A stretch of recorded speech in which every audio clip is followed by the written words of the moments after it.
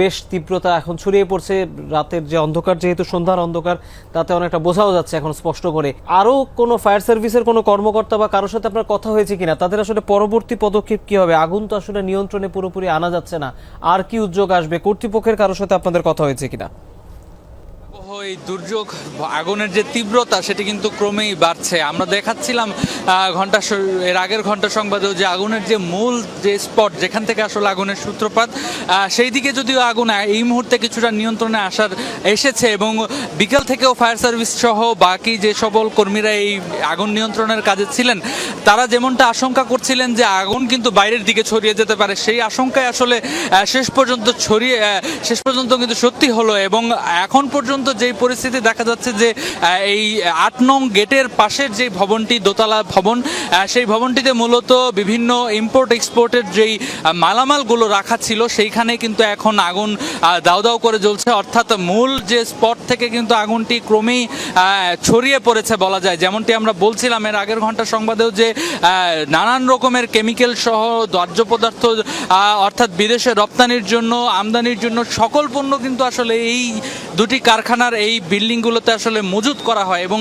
এই মজুত করার ফলেই কিন্তু এখানে আসলে ব্যবসায়ীরা সহ সকলে কিন্তু আশঙ্কা করছেন যে কয়েকশো কোটি টাকার আসলে মালামাল এখানে ক্ষতিগ্রস্ত হয়েছে। পাশাপাশি দুপুরের পর থেকে আমরা জানাচ্ছিলাম যে ফায়ার সার্ভিসের বেশ কয়েকটি ইউনিট কিন্তু ইতিমধ্যেই যোগ দিয়েছে। শেষ খবর পাওয়া পর্যন্ত আমার কাছে যে তথ্য আছে তাতে এখন পর্যন্ত যেটি নিশ্চিত হয়েছে যে ফায়ার সার্ভিসের 37টি ইউনিট ইতিমধ্যে এই ফায়ার নির্বাপনের কাজে, আগুন নির্বাপনের কাজে কিন্তু তারা যোগ দিয়েছেন। কিন্তু তারপরেও এখনো কোনো আশার সংবাদ নেই। এখন পর্যন্ত আমরা যেটি দেখতে পাচ্ছি যে এই দোতলা ভবন, যেটিতে আসলে আশঙ্কা করা হয়েছিল আগুন ছড়িয়ে পড়ার, ঠিক কিন্তু তাই হয়েছে। আগুনটি সেই দোতলা ভবন অর্থাৎ ৮ নং গেটের ভিআইপি গেটের ঠিক পাশ দিয়ে কিন্তু এই যে ভবনটি, সেখানে কিন্তু আগুন ছড়িয়ে পড়েছে এবং বাইরে থেকে ভেতর থেকে দুই জায়গা থেকে আসলে প্রাণপণ প্রচেষ্টা চালানো হচ্ছে। ফায়ার সার্ভিস সহ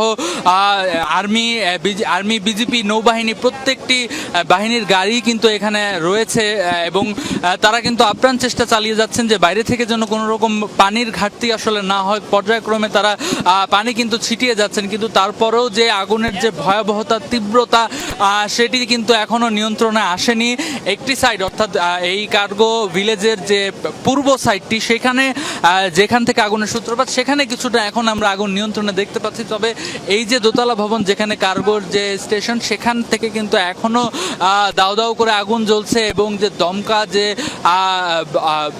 ধোঁয়া, সেগুলো কিন্তু ভেতর থেকে বেরিয়ে আসছে, কালো ধোঁয়া। বাইরে থেকে যেমন বেশ কয়েকটি প্রযুক্তির মাধ্যমে আমরা দেখেছি দুটি ট্রাকে করে কিন্তু বিশেষ প্রযুক্তির যে এয়ার গান, সেটি প্রবেশ করানো হয়েছে, রোবোটিক এয়ার গান, যেন একদম আগুনের কাছাকাছি যে আগুন নির্বাপন সম্ভব করা যায়, এমন প্রচেষ্টাও কিন্তু আমরা চালাতে দেখেছি। সেই সাথে এই যে পার্কিং লটের যে বাইরের জায়গাটা, সেখানে আসলে স্বেচ্ছাসেবী সহ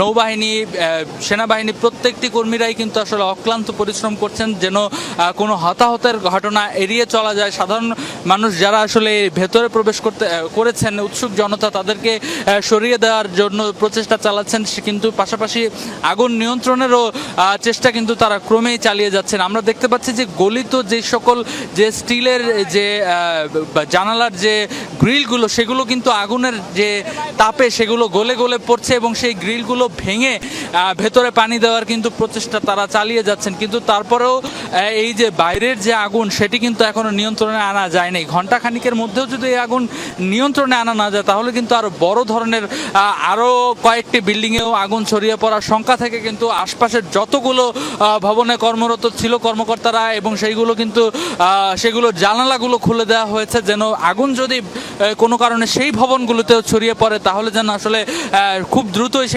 সেগুলো থেকে আগুন নেভানো সম্ভব হয়।